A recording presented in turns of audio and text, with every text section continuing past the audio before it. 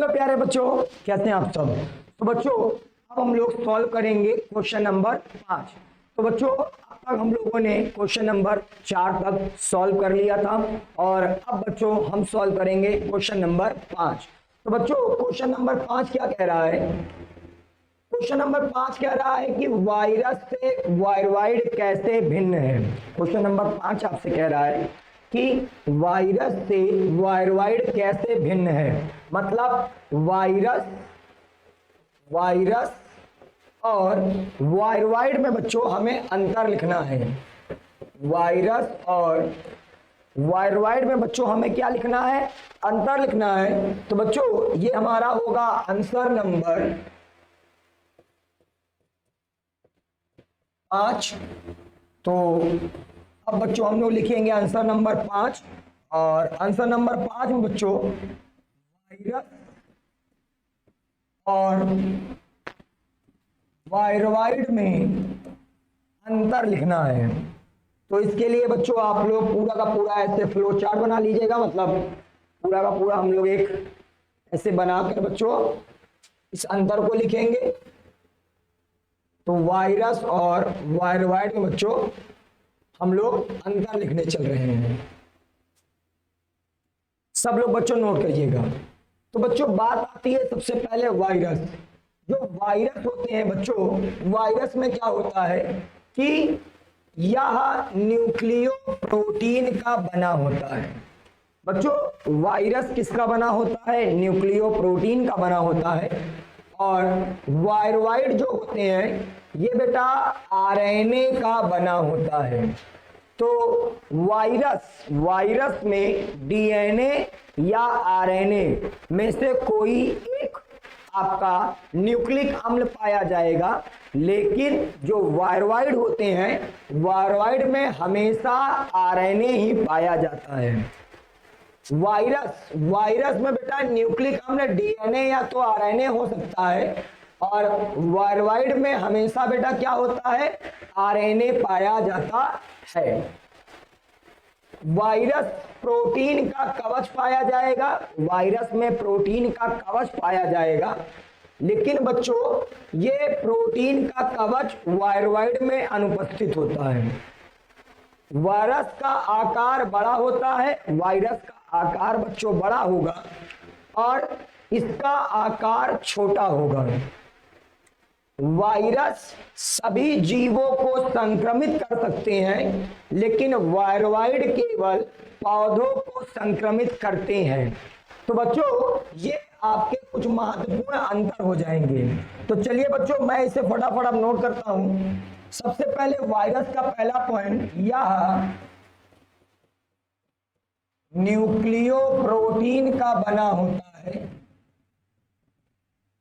यह nucleo protein का बना होता है।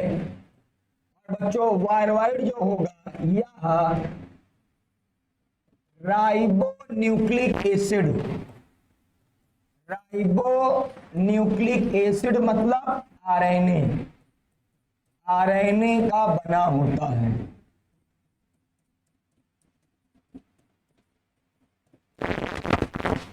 बच्चों दूसरा पॉइंट नोट करिएगा। इसका दूसरा पॉइंट, वायरस में क्या होता है, इनमें डीएनए या आरएनए में से कोई एक न्यूक्लिक अम्ल पाया जाता है। कोई एक न्यूक्लिक अम्ल पाया जाता है। नोट करिएगा बच्चों। और जो वायरवाइड होते हैं, वायरवाइड में हमेशा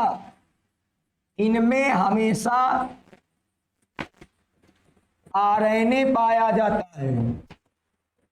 इनमें हमेशा आरएनए पाया जाता है।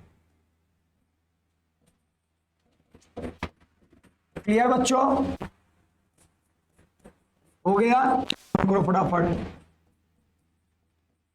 सेकेंड पॉइंट बच्चों नोट करिए। तीसरा पॉइंट बच्चों क्या होगा, कि वायरस ये बेटा क्या होंगे, यह आकार में बड़ा होता है, यह आकार में बड़ा होता है, और वायरवाइड जो होंगे यह आकार में छोटा होता है, यह आकार में छोटा होता है। बच्चों चौथा पॉइंट लिखिएगा, इनमें प्रोटीन का कवच पाया जाता है, इनमें प्रोटीन का कवच पाया जाता है, इनमें प्रोटीन का कवच पाया जाता है, और वायरवाइड में बच्चों इनमें प्रोटीन का कवच नहीं पाया जाता है, इनमें प्रोटीन का कवच नहीं पाया जाता है।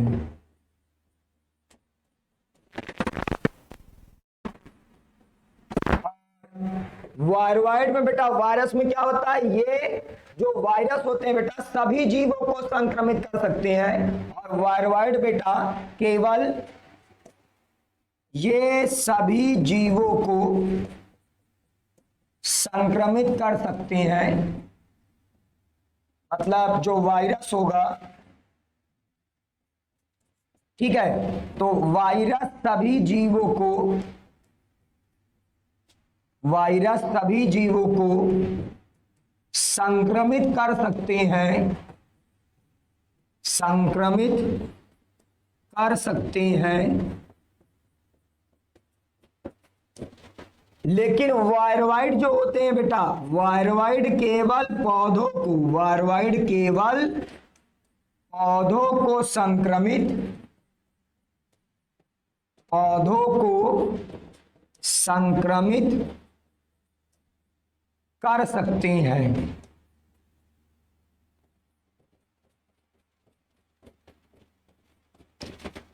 ठीक है बेटा, तो नोट करिएगा फटाफट जल्दी से। तो ये बच्चों दोनों में क्या हो जाएगा, अंतर हो जाएगा। सभी लोग बेटा इसको जल्दी से फटाफट नोट कर लीजिए, ये वायरस और वायरवाइड में अंतर हो जाएंगे। आप इसे नंबर वाइज भी लिख सकते हैं, तो आप अगर चाहो तो ऐसे नंबर वाइज भी लिख लो, ये दूसरा, ये तीसरा, ये चौथा और ये पांचवा। इसी प्रकार यहां पास भी ये पहला हो जाएगा, ये दूसरा, ये तीसरा, ये चौथा, ये पांचवा। तो ऐसे नंबरिंग भी आप कर सकते हो। क्लियर बच्चों, नोट हो गया फटाफट। चलिए अब आते हैं नेक्स्ट क्वेश्चन पर। बच्चों नेक्स्ट क्वेश्चन कह रहा है प्रोटोजोआ के 4 प्रमुख समूहों का संक्षिप्त वर्णन कीजिए। तो बच्चों ये मैंने आप लोगों को पढ़ाया हुआ है कि प्रोटोजोआ के 4 प्रमुख समूहों का वर्णन। सो प्रोटोजोआ के 4 प्रमुख समूहों का संक्षिप्त वर्णन मैंने आपको पढ़ाया हुआ है कि जो प्रोटोजोआ होंगे बेटा, प्रोटोजोआ के बेटा हम लोग प्रोटोजोआ को मुख्यतः 4 समूहों में बांट सकते हैं, और इनमें सबसे पहले बच्चों मैंने आपको पढ़ाया था अमीबी प्रोटोजोआ, फिर बच्चों मैंने आपको पढ़ाया था कसाबी प्रोटोजोआ, फिर मैंने आपको पढ़ाया था पखमाबी प्रोटोजोआ, और चौथे नंबर बच्चों मैंने आपको पढ़ाया था स्पोरोजोन्स या स्पोरोजोआ। तो बच्चों हम सबसे पहले जो है जगत प्रोटिस्टा के अंतर्गत आने वाले यूकैरियोटिक सूक्ष्मदर्शी परपोषी सरलतम जंतु है। तो प्रोटोजोआ बेटा कौन से जगत के अंतर्गत आता है? तो प्रोटोजोआ प्यारे बच्चों, प्रोटोजोआ कौन से जगत में आएगा? ये प्रोटिस्टा जगत में आएगा। तो ये जगत प्रोटिस्टा के अंतर्गत आने वाले यूकैरियोटिक सूक्ष्मदर्शी परपोषी और सरलतम जंतु होते हैं। ये बेटा एक कोशिकी होते हैं। इनकी कोशिका में समस्त जैविक क्रियाएं आपके संपन्न होती हैं और ये बच्चों परपोषी होंगे। लेकिन कुछ प्रोटोजोआ बेटा आपके क्या होते हैं, परजीवी भी होते हैं। तो सबसे पहले बेटा ये जो प्रोटोजोआ होगा, सबसे पहले हम प्रोटोजोआ, आंसर नंबर 6 बच्चों,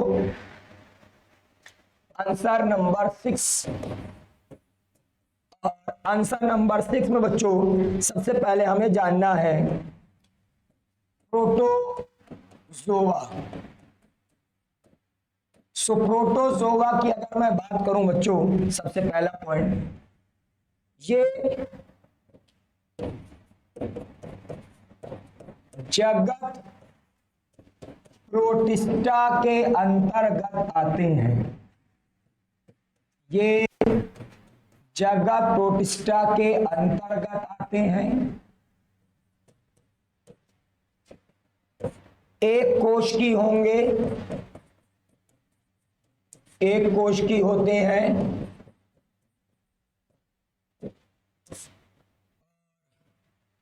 परपोषी होते हैं।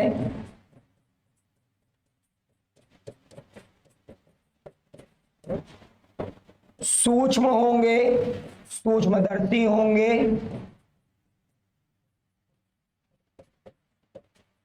और इनकी जो कोशिका होगी बेटा, यूकैरियोटिक कोशिका पाई जाती है। कैसी कोशिका पाई जाती है? यूकैरियोटिक कोशिका पाई जाती है।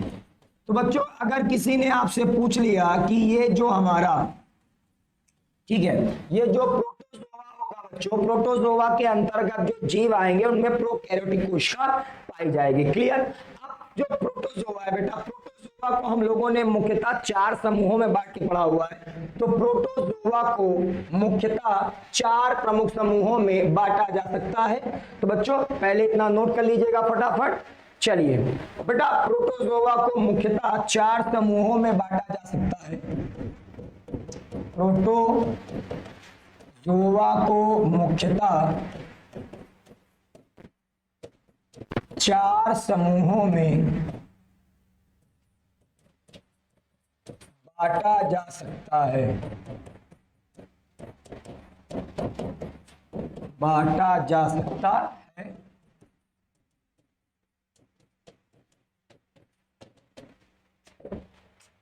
तो बच्चों मैंने आपको बताया था कि जो हमारी इंग्लिश की एनसीईआरटी है, इंग्लिश की एनसीईआरटी बच्चों प्रोटोजोआ को प्रोटोजोन्स लिखती है। और उसी प्रकार बच्चों जो इंग्लिश की एनसीईआरटी है उसमें अमीबी प्रोटोजोआ को अमीबी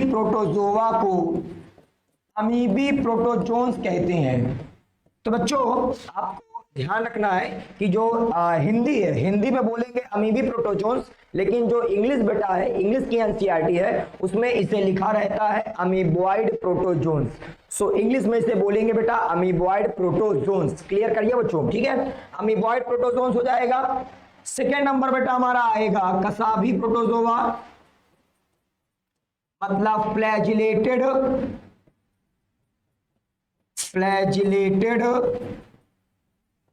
प्रोटोजोन्स। तीसरा बच्चों पक्षमाभी प्रोटोजोआ, सीलिएटेड प्रोटोजोन्स। और चौथा बच्चों स्पोरोजोआ, मतलब स्पोरोजोन्स। तो हम लोग बच्चों इन्हें 4 समूहों में बांटकर पढ़ने वाले हैं। तो प्रोटोजोआ को बच्चों मैं आपको 4 समूहों में बांटकर पढ़ाने वाला हूं। और मैंने इसको जब क्लासेस लिया था बच्चों तो वहां पास मैंने इसको पूरा पढ़ाया हुआ है, बट फिर भी बच्चों हम लोग इसे एक बार फिर से जानेंगे। तो बच्चों सबसे पहले अगर मैं बात करूं अमीबी प्रोटोजोआ की, तो अमीबी प्रोटोजोआ जो होते हैं बच्चों, ये सबसे पहले कहां पाए जाते हैं? स्वच्छ जली या समुद्र में पाए जाएंगे। कुछ प्रोटोजोआ, कुछ अमीबी प्रोटोजोआ मिट्टी में भी पाए जाते हैं। समुद्री प्रकार के जो अमीबी प्रोटोजोआ होंगे इनकी सतह पर सिलिका का कवच पाया जाता है। बच्चों इनमें स्यूडोपोडिया की सहायता से प्रचलन तथा पोषण होता है। और जैसे आपका एंट अमीबा है, एंट अमीबा बेटा अमीबी प्रोटोजोआ का उदाहरण है। और ये बच्चों क्या करता है, एंट अमीबा से बच्चों कुछ रोग होते हैं, जैसे मनुष्य में एंट अमीबा हिस्टोलिटिका। बेटा मनुष्य में एंट अमीबा हिस्टोलिटिका से अमीबी पेचिस होता है। और ये बच्चों मैंने आपको जब पढ़ाया था अमीबी प्रोटोजोआ तो वहां मैंने इसको आपको बताया था। अब बच्चों सेकेंड नंबर पर आता है हमारा कसाभी प्रोटोजोआ।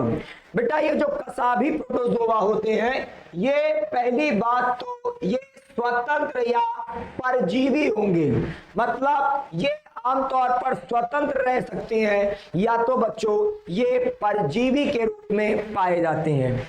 इनके शरीर पर रक्षात्मक आवरण पेलिकल होता है। बेटा ये जो आपके फ्लैजिलेट प्रोटोजोन्स होंगे, मतलब कसाभी प्रोटोजोआ होंगे, तो कसाभी प्रोटोजोआ के शरीर पर बच्चों रक्षात्मक आवरण क्या पाया जाता है, पेलिकल पाया जाता है। और यह प्रोटीन का बना होता है। कसाभी प्रोटोजोआ में बच्चों प्रचलन जो होगा, प्रचलन मतलब गति करना, और पोषण किसके द्वारा होता है, कसाब मतलब फ्लैजिला के द्वारा होता है। और बच्चों ये जो कसाभी प्रोटोजोआ होंगे उसका उदाहरण है ट्रिपैनोसोमा। कसाभी प्रोटोजोआ का बच्चों उदाहरण क्या होगा, ट्रिपैनोसोमा। और ट्रिपैनोसोमा से बच्चों निद्रा रोग होता है। कौन सा रोग होता है, निद्रा रोग मतलब स्लीपिंग सिकनेस। और बच्चों एक और आपका कसाभी प्रोटोजोआ है लिशमेनिया। एक और बच्चों कसाभी प्रोटोजोआ है लिशमेनिया। और लिशमेनिया से प्यारे बच्चों काला अजार रोग होता है। वेरी इंपॉर्टेंट, लिस्मेनिया से बच्चों कौन सा रोग होता है, काला अजार रोग होता है। तो ये भी बच्चों बहुत इंपॉर्टेंट है। काला अजार रोग किससे होगा, लिस्मेनिया से। और लिस्मेनिया बेटा क्या होता है, कसाभी प्रोटोजोआ होता है। तो जल्दी से बच्चों आप लोग फटाफट जो है ये अमीबी प्रोटोजोआ और कसाभी प्रोटोजोआ के इंपॉर्टेंट पॉइंट्स को बच्चों नोट कर लीजिएगा। और अब बच्चों हम आते हैं इसके बाद ये डायग्राम पर। तो ये बेटा आपका अमीबी प्रोटोजोआ में अमीबा का डायग्राम है। और अमीबा के डायग्राम को भी बच्चों आप लोग बना लीजिएगा। क्लियर बच्चों, चलो अब आते हैं बेटा इसके बाद हम लोग नेक्स्ट नंबर पर पक्षमाभी प्रोटोजोआ। बच्चों पक्षमाभी प्रोटोजोआ जो होंगे, सबसे पहले अगर मैं बात करूं पक्षमाभी प्रोटोजोआ की, तो पक्षमाभी प्रोटोजोआ इस समूह के सदस्य जलीय होते हैं। तो पक्षमाभी प्रोटोजोआ के बच्चों जो सदस्य होंगे वो जल में पाए जाएंगे। इनमें अत्यधिक पक्षमाभ या सीलिया पाए जाते हैं। और इनमें बेटा आपको बहुत अधिक मात्रा में क्या मतलब इनमें आपको क्या मिलेगा, पक्षमाभ। पक्षमाभ समझते हो बेटा, ऐसे मैंने आपको बनवाया भी था पिछले क्लासेस में। जैसे मान लो ये पैरामीशियम है और इसकी सतह पर आप देखोगे ऐसे ढेर सारे धागे जैसी संरचनाएं होंगी या रोम जैसी, जिसे आप लोग क्या बोलते हो बेटा, पक्षमाभ। ये आपका क्या है, पक्षमाभ है। ठीक है, मैंने आपको बताया हुआ है ये। तो बच्चों सबसे पहले इनमें पक्षमाभ पाए जाएंगे। इनके शरीर जो है, इनके शरीर के बाहर भी बेटा पेलिकल पाया जाएगा, बाहरी आवरण होगा। इनमें स्थायी कोशिका मुख और कोशिका गुद या साइटोफाइट पाई जाती है। और पक्षमाभों में गति के कारण बेटा ये आपका क्या करते हैं, गति करते हैं। तो पक्षमाभ गति में भी सहायता करेंगे और भोजन को ग्रहण करने में भी सहायता करते हैं। तो अगर क्वेश्चन आ गया कि पक्षमाभी प्रोटोजोआ में प्रचलन मतलब लोकोमोशन, ये गति कैसे करते हैं, तो पक्षमाभी प्रोटोजोआ गति करते हैं बेटा पक्षमाभ। और पक्षमाभ को इंग्लिश में क्या बोलते हैं, सीलिया। और इसी पक्षमाभ के कारण ये बेटा भोजन को भी क्या करते हैं, अपने शरीर के अंदर ग्रहण करेंगे। तो भोजन भी बेटा ये ग्रहण करेंगे किसके द्वारा, सीलिया के द्वारा, पक्षमाभ के द्वारा। क्लियर। और पक्षमाभी प्रोटोजोआ का बच्चों उदाहरण क्या हो जाएगा, पैरामीशियम। ओके बच्चों, तो जल्दी से फटाफट आप लोग इसका भी जल्दी से बेटा नोट कर लीजिए फटाफट सब कोई। पक्षमाभी प्रोटोजोआ को बेटा जल्दी से फटाफट नोट कर लीजिए। चलो अब आते हैं बेटा नेक्स्ट नंबर पर, स्पोरोजोन्स। ठीक है, इसके बाद हम लोग किस पर आते हैं बेटा, स्पोरोजोन्स पर। स्पोरोजोन्स बच्चों, अगर मैं बात करूं स्पोरोजोन्स की, तो स्पोरोजोन्स में क्या होगा, मतलब स्पोरोजोन्स मतलब स्पोरोजोआ। आपको मैंने कहा था कि हिंदी में स्पोरोजोआ लिखा रहता है, हिंदी में स्पोरोजोआ लिखा रहता है, लेकिन जो इंग्लिश की एनसीईआरटी है उसमें स्पोरोजोन्स लिखा मिलेगा। इंग्लिश की एनसीईआरटी में आपको स्पोरोजोन्स लिखा मिलेगा। ये अंतःपरजीवी होते हैं। अंतःपरजीवी का मतलब ये शरीर के अंदर जाकर भोजन ग्रहण करते हैं। इनमें प्रचलन का अभाव होता है, मतलब ये आमतौर पर गति नहीं कर पाते हैं। कोशिका पर पेलिकल का आवरण होता है और इनके कोशिका के चारों ओर बेटा क्या पाया जाता है, पेलिकल, मतलब एक परत पाई जाती है जिसे आप पेलिकल बोलते हो। पेलिकल बच्चों किसका बना होता है, प्रोटीन का। इनके जीवन चक्र में संक्रमण करने योग्य बीजाणुओं का निर्माण होता है। सबसे इंपॉर्टेंट बेटा यही पॉइंट था कि इनमें क्या बनता है, बीजाणु बनता है, और वो बीजाणु बच्चों क्या कर सकता है, संक्रमण उत्पन्न कर सकता है। जैसे मैंने आपको बताया हुआ था प्लाज्मोडियम, और प्लाज्मोडियम से बच्चों मलेरिया रोग उत्पन्न होता है। तो बहुत इंपॉर्टेंट रोग है ये, प्लाज्मोडियम से क्या हो जाता है, मलेरिया रोग हो जाता है। और इस प्रकार बच्चों हमारा ये जो प्रोटोजोआ के 4 समूह थे वो पूरा का पूरा बच्चों समाप्त हो गया है। और अब हम आएंगे बेटा क्वेश्चन नंबर 7 पर। तो एनसीईआरटी का क्वेश्चन नंबर 7 क्या कहता है, एनसीईआरटी का क्वेश्चन नंबर 7 कहता है कि पादप स्वापोषी हैं। क्या आप ऐसे कुछ पादपों को बता सकते हो जो आंशिक रूप से परपोषी होते हैं। देखिए, आंशिक रूप से परपोषी का मतलब आमतौर पर उनमें भोजन तो बनता है। जैसे आपके कीटभक्षी पौधे हैं, कीटभक्षी पौधे अपना भोजन तो बना लेते हैं, लेकिन इन्हें हम लोग आंशिक परपोषी कहते हैं। ये जो कीटभक्षी पौधे होते हैं बेटा, ये आपका अपना भोजन स्वयं तो बना लेते हैं, लेकिन इनके शरीर में नाइट्रोजन की कमी को पूरा करने के लिए ये बेटा जो कीड़े मकोड़े होते हैं उसको खाते हैं, और इसीलिए कीटभक्षी पौधों को आंशिक पर क्या बोलते बेटा, परपोषी।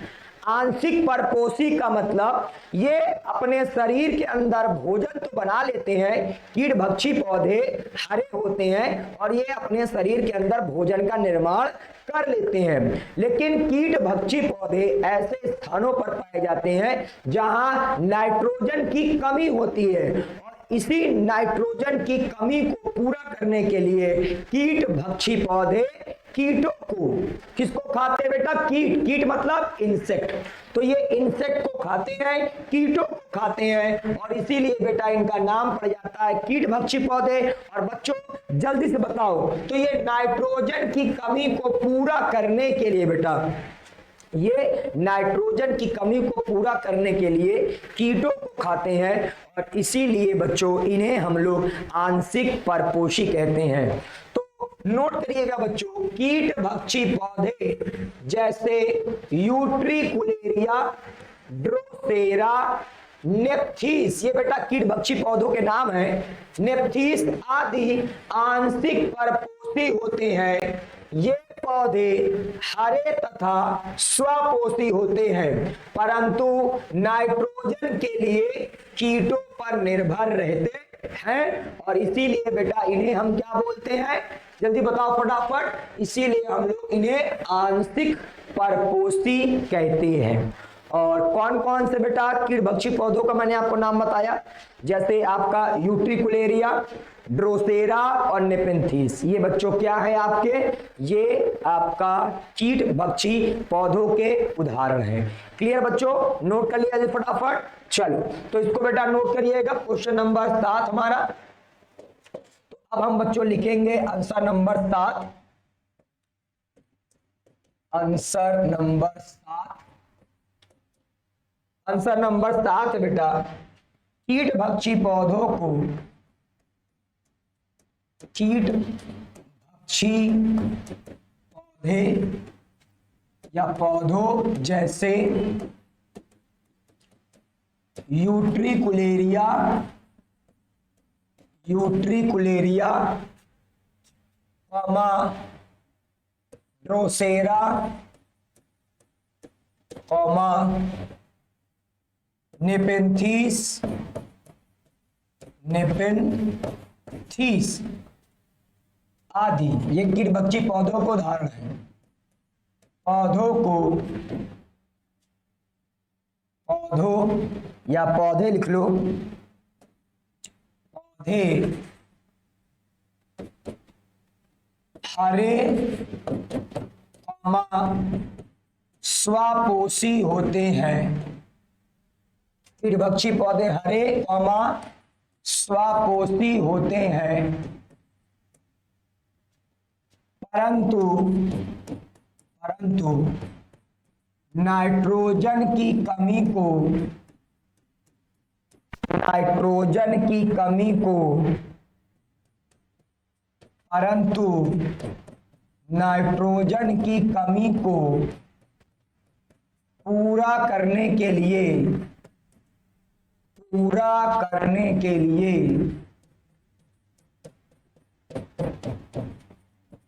ये कीटों का भक्षण करते हैं। ये कीटों का भक्षण मतलब खाते हैं, ये कीटों का भक्षण करते हैं, इसलिए इन्हें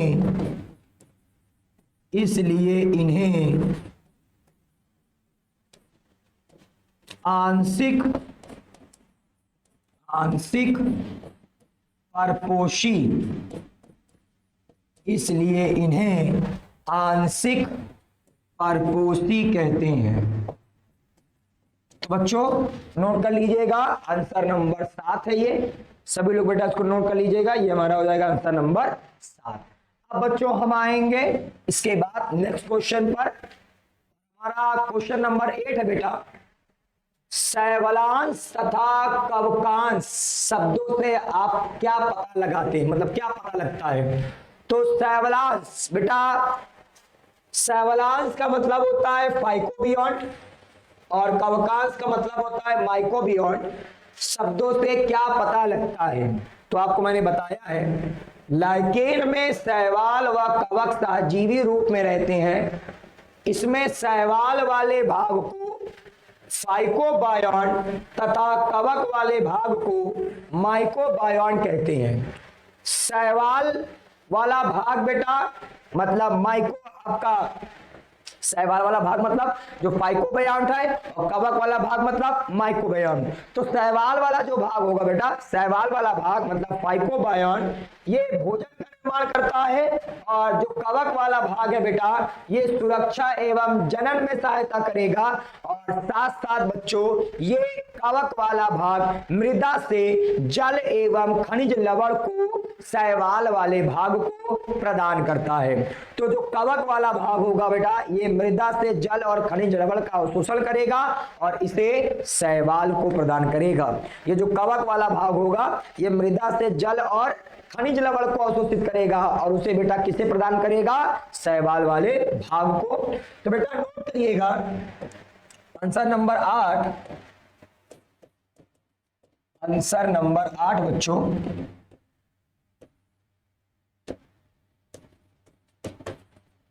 लाइकेन में।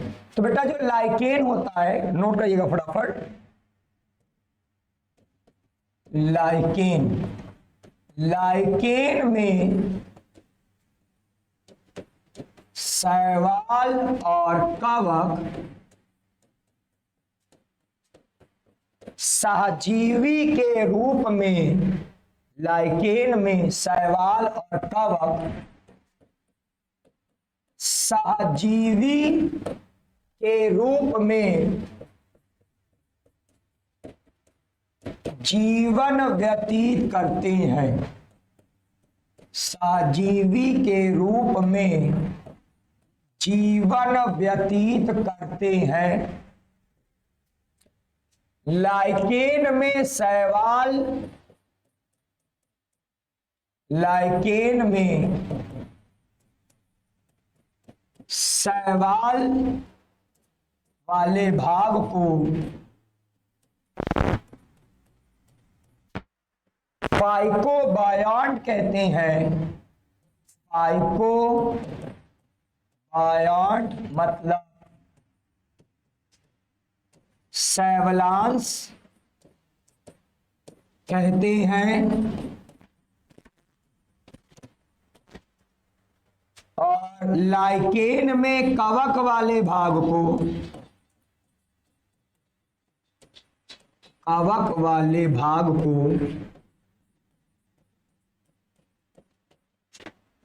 माइकोबायॉन्ट मतलब कवकांश कहते हैं।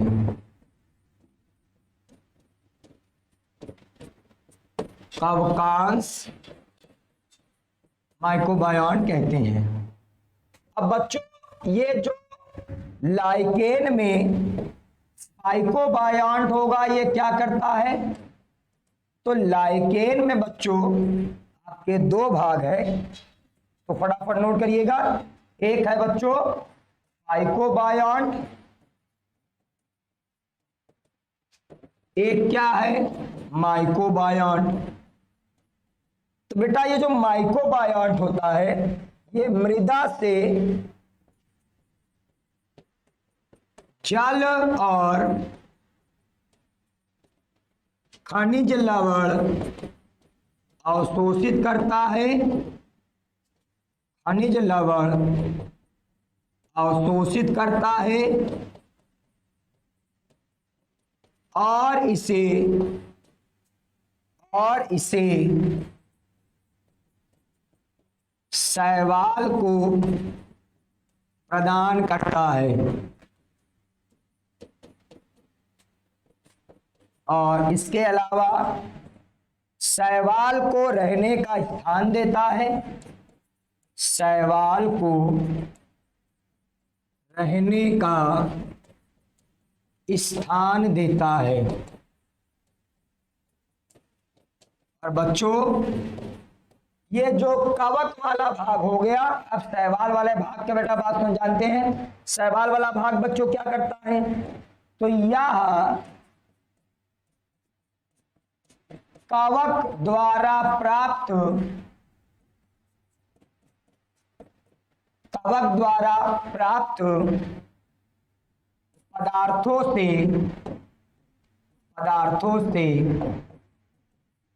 भोज्य पदार्थ का निर्माण करता है। भोज्य पदार्थों का निर्माण करता है। भोज्य पदार्थों का निर्माण करता है और इसे कवक को प्रदान करता है। और इसे किसको प्रदान करेगा बेटा? कवक को प्रदान करता है। तो शैवाल कवक को भोजन बनाकर देता है। तो शैवाल होगा बच्चों, आपको पता होगा शैवाल परपोषी होता है, तो शैवाल भोजन बनाएगा और वो भोजन देगा माइकोबायॉन्ट को। शैवाल भोजन बनाएगा और किसे देगा? माइकोबायॉन्ट को। और बेटा ये जो माइकोबायॉन्ट है ये जल और खनिज लवण अवशोषित करेगा और उसे दे देगा फाइकोबायॉन्ट को। तो जल्द बच्चों जल्दी से फटाफट इसको आप लोग नोट कर लीजिए। दोनों को बेटा कार्य नोट कर लीजिए फटाफट जल्दी से। चलिए नेक्स्ट आते हैं बेटा, हमारा क्वेश्चन नंबर आता है 9। क्वेश्चन नंबर 9 क्या कह रहा है बच्चों? क्वेश्चन नंबर 9 कह रहा है बेटा कि कवक जगत के वर्गों का तुलनात्मक विवरण निम्नलिखित बिंदु के अंतर्गत कीजिए। तो बेटा अब हमें जगत कवक के वर्गों का तुलनात्मक विवरण देना है और उसमें हम लोग बेटा कितने पॉइंट के आधार पर, तो पहला पॉइंट है बेटा पोषण की विधि के आधार पर हमें जगत कवक के वर्गों में अंतर लिखना है और जनन की विधि के आधार पर भी बच्चों हमें जगत कवक के वर्गों में अंतर लिखना है। तो सबसे पहले बेटा पोषण की विधि के आधार पर देखो, सबसे पहले बेटा पोषण की विधि के आधार पर देखो, सबसे पहले क्या होता है कि ये जो आपके जगत कवक होते हैं, आपको पता होगा जगत कवक में 4 वर्ग होते हैं, फाइकोमाइसिटीज, एस्कोमाइसिटीज, बेसिडियोमाइसिटीज, ड्यूटेरोमाइसिटीज। तो बेटा जो जगत कवक का फाइकोमाइसिटीज होगा इनमें आपके पोषण की विधि में मृतोपजीवी या पूर्ण परजीवी होते हैं। बेटा जो जगत कवक का पहला वर्ग है फाइकोमाइसिटीज, तो फाइकोमाइसिटीज में पोषण की बताओ कौन सी विधि पाई जाएगी? फाइकोमाइसिटीज में पोषण की बेटा मृतोपजीवी या ये पूर्ण परजीवी होंगे। एस्कोमाइसिटीज बेटा ये मृतोपजीवी, परजीवी या इसके अलावा डीकंपोजर मतलब अपघटक या बेटा कोप्रोफिलस, मतलब मैंने आपको बताया था कि जैसे जो आपके गोबर वगैरह है उससे ही आपका भोज्य पदार्थ ग्रहण करते हैं। तो कोप्रोफिलस। बेसिडियोमाइसिटीज बच्चों ये मृतोपजीवी या परजीवी होते हैं और ड्यूटेरोमाइसिटीज बच्चों ये भी मृतोपजीवी, परजीवी या अपघटक होते हैं। तो बच्चों आप देख रहे हो ज्यादातर आपको क्या मिल रहा है, आपको मेन पॉइंट ध्यान रखना है मृतोपजीवी। आपको ज्यादातर जितने भी ये कवक मिल रहे हैं बेटा ये ज्यादातर क्या है मृतोपजीवी होते हैं दो। तो सबसे पहला इसमें दोनों में अंतर क्या हो जाएगा बच्चों? मृतोपजीवी। ठीक है, तो ये जगत कवक के चारों वर्ग हो जाएंगे और जगत कवक के चारों वर्गों में जो ज्यादातर बच्चों कवक होंगे वो मृतोपजीवी होंगे। ठीक है, तो जगत कवक के जो 4 वर्ग हैं इनमें पोषण की विधि में बेटा ज्यादातर क्या है? मृतोपजीवी। ज्यादातर क्या है बच्चों? मृतोपजीवी। अब सुनो बेटा क्या जनन की विधि के आधार पर, तो पहले बेटा आप लोग पोषण की विधि के आधार पर इसको नोट कर लीजिए फटाफट। पोषण की विधि के आधार पर बच्चों ये चारों वर्ग को नोट कर लीजिए। ठीक है बेटा, पोषण की विधि के आधार पर नोट कर लिया। चलो अब मैं आपको बताता हूं बेटा इसमें हम लोग जनन की विधि के आधार पर जानते हैं। सो जनन की विधि के आधार पर बच्चों ध्यान से सुनिए, फाइकोमाइसिटीज अलैंगिक जनन, जूस्पोर मतलब चल बीजाणु या अचल बीजाणु एप्लेनोस्पोर द्वारा होता है, मैंने आपको पढ़ाया हुआ है। लैंगिक जनन बच्चों इसमें लैंगिक जनन जो होगा यो युग्मक धानी संपर्क, मैंने ये भी आपको पढ़ाया हुआ है। इसके अलावा युग्मक धानी संयुग्मन द्वारा होता है, ये भी मैंने बच्चों आपको पूरा पूरा पढ़ाया हुआ है। तो फाइकोमाइटिसिस में सबसे पहले अलैंगिक जनन जो होगा बच्चों वो चल बीजाणु, चल बीजाणु को इंग्लिश में जूस्पोर कहते हैं, या तो अचल बीजाणुओं के द्वारा होगा मतलब एप्लेनोस्पोर के द्वारा होगा। इसके अलावा बेटा इनमें जो आपको लैंगिक जनन मिलेगा वो युग्मक धानी संपर्क या युग्मक धानी संयुग्मन के द्वारा होता है। तो बच्चों इसे जल्दी से फटाफट नोट कर लीजिएगा। अब एस्कोमाइसिटीज देखो, एस्कोमाइसिटीज में अलैंगिक जनन कोनिडिया के द्वारा होता है और इनमें लैंगिक जनन एसाई के अंदर बनने वाले एस्कोस्पोर द्वारा होता है और इसीलिए इसका नाम पड़ा था एस्कोमाइसिटीज, क्योंकि इसमें क्या बनता है? इसमें एस्कोस्पोर बनता है। तो एस्कोमाइसिटीज के लैंगिक जनन में प्यारे बच्चों, एस्कोमाइसिटीज के लैंगिक जनन में कौन सा स्पोर बनता है बेटा? एस्कोस्पोर या एस्कोबीजाणु। नोट करिएगा।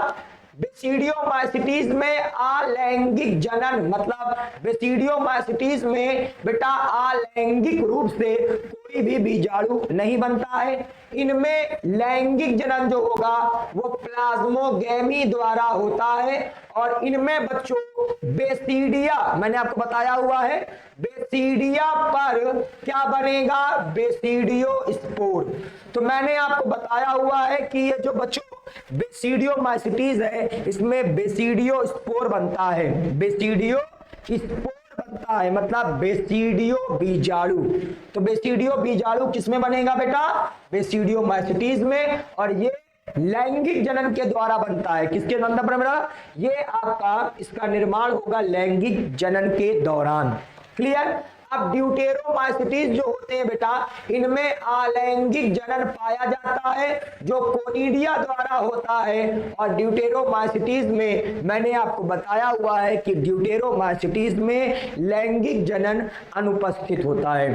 तो बच्चों, ये जनन की विधि के आधार पर जगत कवक के चारों वर्गों में अंतर हो जाएगा। और बच्चों, आप इसे जल्दी से फटाफट नोट कर लीजिएगा। और इसके बाद बच्चों अब हम आएंगे नेक्स्ट क्वेश्चन पर। तो चलिए बच्चों, अब हम आते हैं नेक्स्ट क्वेश्चन पर। हमारा नेक्स्ट क्वेश्चन क्या कह रहा है बेटा? नेक्स्ट क्वेश्चन कह रहा है युग्लिनोइड। युग्लिनोइड के विशिष्ट चारित्रिक लक्षण कौन कौन से हैं? बेटा, युग्लिनोइड के हमें कुछ लक्षण लिखने हैं।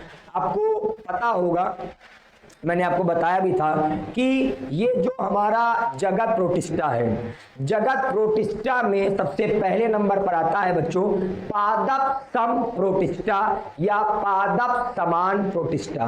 तो बच्चों, ये जो जगत प्रोटिस्टा है पादप समान प्रोटिस्टा में आता है युग्लिनोइड। तो मतलब युग्लिनोइड में पौधों के समान लक्षण पाए जाएंगे। युग्लिनोइड में बच्चों मुख्यतः कैसे लक्षण होंगे? पौधों के समान। तो युग्लिनोइड बेटा ज्यादातर स्वच्छ स्थिर जल मतलब स्टैग्नेंट फ्रेश वाटर में पाए जाते हैं। युग्लिनोइड में कोशिका भित्ति नहीं पाई जाती है। कोशिका भित्ति के स्थान पर रक्षात्मक प्रोटीन युक्त लचीला आवरण पाया जाता है जिसे पेलिकल कहते हैं। युग्लिनोइड में दो फ्लैजिला पाए जाते हैं, एक छोटा और दूसरा बड़ा होता है। युग्लिनोइड में क्लोरोप्लास्ट पाया जाता है। सूर्य के प्रकाश की उपस्थिति में युग्लिनोइड प्रकाश संश्लेषण क्रिया द्वारा भोजन निर्माण कर लेते हैं और प्रकाश के अभाव में जंतुओं की भांति सूक्ष्म जीवों का भक्षण करते हैं, अर्थात परपोषी की तरह व्यवहार करते हैं। और युग्लिनोइड का बच्चों उदाहरण होता है युग्लिना। तो बच्चों, सबसे पहले जो युग्लिनोइड होगा ये आपका स्वच्छ जल वगैरह में पाया जाएगा। युग्लिनोइड जो होते हैं बच्चों, इनमें कोशिका भित्ति नहीं पाई जाती है। कोशिका भित्ति के स्थान पर इसमें चारों ओर बेटा एक आवरण पाया जाता है जो प्रोटीन का बना होगा और इसे हम पेलिकल कहते हैं।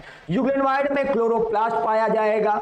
युग्लिनोइड बेटा सूर्य के प्रकाश की उपस्थिति में अपना भोजन स्वयं बना लेते हैं, लेकिन सूर्य के प्रकाश की अनुपस्थिति में ये बच्चों परपोषी के भांति मतलब सूक्ष्म जीवों को खाते हैं। और बच्चों, युग्लिनोइड में दो फ्लैजिला पाए जाते हैं, एक छोटा होता है एक बड़ा होता है। और युग्लिनोइड का उदाहरण क्या होगा बेटा? युग्लिना। तो आप लोग बेटा जल्दी से ये युग्लिनोइड के लक्षण नोट कर लीजिए फटाफट जल्दी से। और अब बच्चों हम इसके बाद आएंगे क्वेश्चन नंबर 11 पर। फटाफट सब लोग बेटा इसको नोट कर लो। और इसके बाद आते हैं बेटा हम लोग क्वेश्चन नंबर 11 पर। सो क्वेश्चन नंबर 11 कह रहा है बेटा कि संरचना तथा आनुवंशिक पदार्थों की प्रकृति के संदर्भ में वायरस का संक्षिप्त विवरण दीजिए। वायरस से होने वाले 4 रोगों के नाम भी लिखिए। तो बेटा वायरस 2 प्रकार के पदार्थों के बने होते हैं, पहला प्रोटीन और दूसरा न्यूक्लिक अम्ल मतलब न्यूक्लिक एसिड। न्यूक्लिक अम्ल को बेटा हम न्यूक्लिक एसिड बोलते हैं। प्रोटीन का खोल न्यूक्लिक एसिड के चारों ओर रहता है। न्यूक्लिक एसिड के चारों ओर बच्चों प्रोटीन का आवरण पाया जाता है और प्रोटीन के आवरण को हम कैप्सिड कहते हैं। प्रत्येक कैप्सिड छोटी छोटी इकाइयों का बना होता है जिन्हें कैप्सोमियर कहा जाता है। ये कैप्सोमियर न्यूक्लिक एसिड कोर के चारों ओर एक जियोमेट्रिकल में होते हैं, मतलब जियोमेट्रिकल मतलब ज्योमेट्री के फॉर्म में ये पाए जाएंगे। और न्यूक्लिक एसिड बेटा या तो आरएनए होता है और या तो बेटा विषाणुओं में डीएनए होगा। तो सबसे पहले जो विषाणु है, विषाणुओं का शरीर या तो मतलब उसमें आरएनए होगा या तो विषाणुओं में डीएनए होगा। इसके अलावा विषाणुओं के चारों प्रोटीन का बना आवरण होता है जिसे बेटा हम लोग कैप्सिड कहते हैं, और कैप्सिड की उप इकाई का नाम होता है कैप्सोमियर। तो बेटा इसको जल्दी से फटाफट आप लोग नोट कर लीजिएगा। तो ये संरचना तथा आनुवंशिक पदार्थ की प्रकृति के संदर्भ में वायरस का संक्षिप्त विवरण हो जाएगा। क्लियर बेटा, सबने नोट कर लिया? चलो, तो संरचना तथा आनुवंशिक पदार्थ की प्रकृति, ठीक है बेटा, संरचना तथा आनुवंशिक पदार्थ की प्रकृति के संदर्भ में वायरस का संक्षिप्त विवरण हो गया। अब मैं आपको वायरस के द्वारा होने वाले 4 रोगों के नाम बताऊंगा। तो वायरस के द्वारा होने वाले बेटे आपको वैसे तो बहुत से रोग हैं, इसके अलावा बेटा थोड़ा सा मैं आपको और इंपॉर्टेंट बताऊंगा कि पौधे तथा जंतुओं के वायरस का न्यूक्लिक एसिड आरएनए, जबकि अन्य जंतु वायरस में डीएनए के रूप में होता है। मतलब कुछ जो वायरस होंगे उसमें आरएनए भी होगा, कुछ वायरस में डीएनए भी होगा। और बच्चों ये जो वायरस का डीएनए होता है ये डबल स्ट्रैंडेड भी होता है, और ये वायरस का जो डीएनए होगा वो सिंगल स्ट्रैंडेड भी होता है। तो कौन से वायरस का डीएनए डबल स्ट्रैंडेड होता है, नोट करो। T2, T4, bacteriophage, herpes virus और हेपेटाइटिस बी। इनका जो बेटा आपका क्या होगा, आनुवंशिक पदार्थ डीएनए होगा वो डबल स्ट्रैंडेड होगा। तो इनका बेटा डबल स्ट्रैंडेड होता है। और सिंगल स्ट्रैंडेड डीएनए कोलीफेज 5 और आपका 174। तो बेटा ये जो आपका सिंगल स्ट्रैंडेड डीएनए होता है ये कोलीफेज नामक विषाणु में आपको पाया जाएगा, सिंगल स्ट्रैंडेड होगा। और डबल स्ट्रैंडेड बेटा आरएनए आपको रियो वायरस, ट्यूमर वायरस में मिलता है। और सिंगल स्ट्रैंडेड आरएनए बेटा टीएमवी, खुरपका मुंहपका वायरस, पोलियो वायरस और रिट्रो वायरस, इनके अंदर बेटा जो आरएनए होगा वह आपका सिंगल स्ट्रैंडेड होगा। तो बच्चों ये सिंगल स्ट्रैंडेड डीएनए और आरएनए नोट कर लो। तो आपका जो वायरस है उसमें डबल स्ट्रैंडेड डीएनए भी होता है, ठीक है, और वायरस में सिंगल स्ट्रैंडेड डीएनए भी होता है। इसी प्रकार बच्चों वायरस में डबल स्ट्रैंडेड आरएनए भी होगा, डबल स्ट्रैंडेड आरएनए भी हो सकता है, और बच्चों सिंगल स्ट्रैंडेड आरएनए भी हो सकता है। तो उदाहरण बच्चों जरूर नोट कर लीजिएगा क्योंकि नीट के पेपर में यहां से क्वेश्चन आ सकता है। और बच्चों वायरस से होने वाले रोग, तो वायरस से होने वाले बेटा 4 रोग नोट कर लीजिए कौन कौन से हैं। तो वायरस से होने वाले बेटा 4 रोगों में एड्स पहला रोग, फिर एक रोग होता है बेटा सार्स, एक रोग है bird flu, dengue, potato mosaic, इसके अलावा और भी बेटा एड्स तो हो ही गया है ना, ठीक है। इसके आप जानते हो सामान्य सर्दी जुकाम, इन्फ्लुएंजा, ठीक है, ये सभी रोग बेटा किससे होते हैं, विषाणुओं से होते हैं। तो विषाणु से द्वारा होने वाले 4 रोग बहुत सामान्य हो जाएंगे, आराम से आप लिख लोगे। अब बच्चों यहाँ से हमारा क्वेश्चन नंबर 11 समाप्त हो गया। और अब हम आते हैं लास्ट क्वेश्चन बेटा, क्वेश्चन नंबर 12। क्वेश्चन नंबर बच्चों 12 क्या कह रहा है कि अपनी कक्षा में इस शीर्षक क्या वायरस सजीव है अथवा निर्जीव है पर चर्चा करो।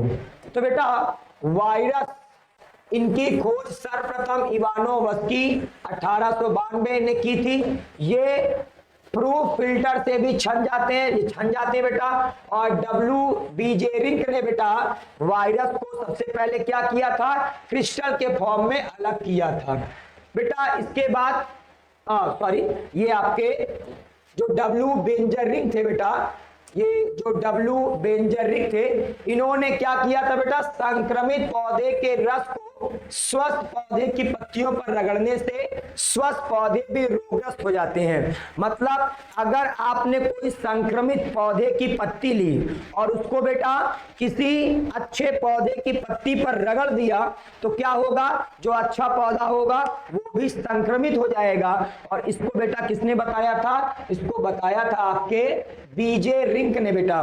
और इसी आधार पर बीजे रिंक ने बेटा इसे क्या कहा था, वायरस को इन्होंने संक्रामक जीवित तरल, और बीजे रिंक ने बेटा इसी आधार पर, बीजे रिंक ने इसी आधार पर बच्चों, सो बीजे रिंक ने इसी आधार पर कहा संक्रामक जीवित तरल, किसे कहा था, विषाणुओं को।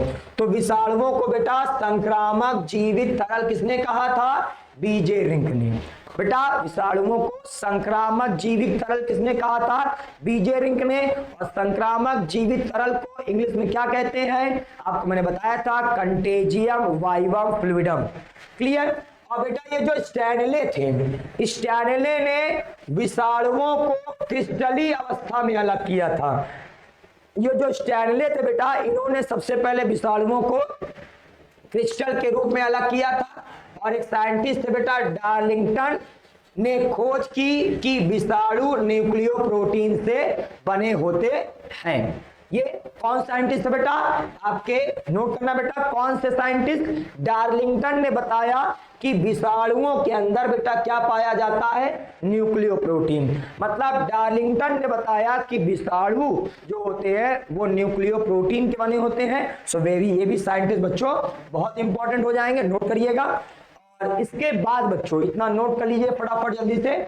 और अब हम आएंगे बेटा विषाणु के सजीव और निर्जीव लक्षण के बारे में।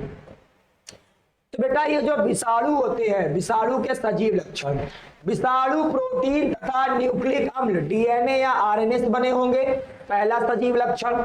जीवित कोशिका के संपर्क में आने पर यह सक्रिय हो जाते हैं और विषाणु न्यूक्लिक अम्ल पोषक कोशिका में पहुंचकर कोशिका का उपापचय क्रियाओं को नियंत्रण स्थापित कर लेते हैं। मतलब विषाणु जीवित कोशिका के अंदर जाने पर जीवित हो जाते हैं और उसके अंदर जाने पर अपने जैसा नया विषाणु बनाते रहते हैं। तो विषाणु बेटा जीवित कोशिका के अंदर जीवित हो जाते हैं, विषाणु जीवित कोशिका के अंदर जीवित हो जाते हैं। विषाणुओं में प्रवर्धन केवल जीवित कोशिकाओं में होता है। मतलब जो विषाणुओं के अंदर विभिन्न प्रकार की क्रियाएं होंगी वो जीवित कोशिकाओं के अंदर होती हैं। इनमें उत्परिवर्तन के कारण आनुवंशिक विभिन्नताएं उत्पन्न होती हैं और विषाणु ताप, रासायनिक पदार्थ, विकिरण तथा अन्य उद्दीपनों के प्रति अनुक्रिया दर्शाते हैं। मतलब अगर विषाणु को ताप वगैरह दिया जाएगा, रासायनिक पदार्थ वगैरह दिया जाएगा, ठीक है, विकिरण दिया जाएगा या अन्य किसी प्रकार के बेटा उद्दीपन दिया जाएगा तो विषाणु बेटा रिस्पॉन्स करते हैं। इनमें क्या होता है बेटा, अनुक्रिया रिस्पॉन्स होता है। तो ये बच्चों हो जाएंगे विषाणु के सजीव लक्षण। और अब आते हैं बेटा विषाणु के निर्जीव लक्षण पर। तो बच्चों विषाणु के निर्जीव लक्षण में पहला लक्षण है इनमें एंजाइम नहीं पाया जाता है। ये केवल जीवित कोशिकाओं में ही सक्रिय होते हैं। विषाणु में कोशा अंगक मतलब आमतौर पर गाल्जी बॉडी, माइटोकॉन्ड्रिया वगैरह ये सब नहीं पाया जाता है। और विषाणु में डीएनए या आरएनए में से केवल कोई एक चीज पाई जाती है।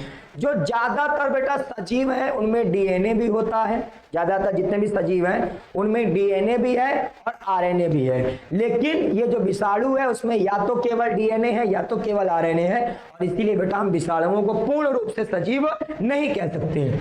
विषाणु को बेटा हम क्रिस्टल के रूप में अलग कर सकते हैं और बेटा ये भी कारण है कि विषाणु को हम निर्जीव कहते हैं। बेटा सजीवों को हम क्रिस्टल नहीं बना सकते हैं, सजीवों को हम क्रिस्टल नहीं बना सकते हैं, लेकिन विषाणुओं को हम क्रिस्टल बना सकते हैं और इसीलिए बेटा ये विषाणु का निर्जीव के लक्षण हो जाएंगे। तो बच्चों ये हमारे हो जाएंगे विषाणु के निर्जीव लक्षण। आप लोग बच्चों इसको जल्दी से फटाफट नोट कर लीजिएगा। और इस प्रकार बेटा यहां से हमारा चैप्टर नंबर 2 बच्चों पूरा का पूरा समाप्त हो गया है। चैप्टर नंबर 2 का एनसीईआरटी सॉल्यूशन भी हो गया। एनसीईआरटी के जितने भी क्वेश्चन आंसर थे ये सब मैंने आपको करा दिए बेटा। और अब हम स्टार्ट करेंगे नेक्स्ट क्लास में बच्चों चैप्टर नंबर 3 जिसका नाम है प्लांट किंगडम। तो अगली क्लास में बच्चों हम शुरू करेंगे नेक्स्ट चैप्टर। और बच्चों आते हैं अब आज के डीपीपी पर। तो बच्चों नोट करिएगा आज का डीपीपी आज बेटा। तो अब हम आते हैं बच्चों आज के डीपीपी पर।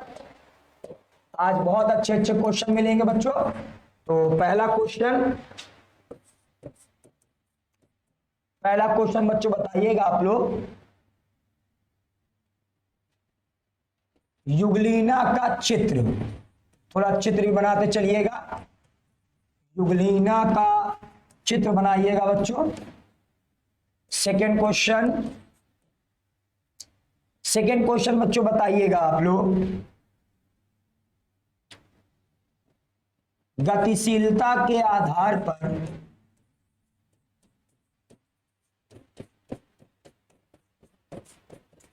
जीवाणुओं के प्रकार, गतिशीलता के आधार पर जीवाणुओं के प्रकार बताइएगा बच्चों। पीछे मैंने आपको पढ़ाया हुआ है पूरा। और इसके अलावा बच्चों थोड़ा और भी चित्र प्रैक्टिस करिएगा। नॉस्टॉक का चित्र बनाइएगा, वेरी इंपॉर्टेंट है। और काला अजार रोग किससे होता है, आज मैंने आपको पढ़ाया हुआ है। काला अजार रोग किससे होता है। और लास्ट क्वेश्चन बच्चों, आज का लास्ट क्वेश्चन है, विषाणुओं के 3 सजीव और विषाणुओं के 3 सजीव और 3 निर्जीव लक्षण लिखिए। 3 निर्जीव लक्षण लिखिए। तो बच्चों ये आज का 5 क्वेश्चन हो जाएगा और सब लोग बेटा इस क्वेश्चनों को सॉल्व करिएगा। क्लियर? तो आज के ये डीपीपी बेटा फटाफट सब लोग इसको नोट कर लीजिए। बच्चों अपना ख्याल रखिएगा।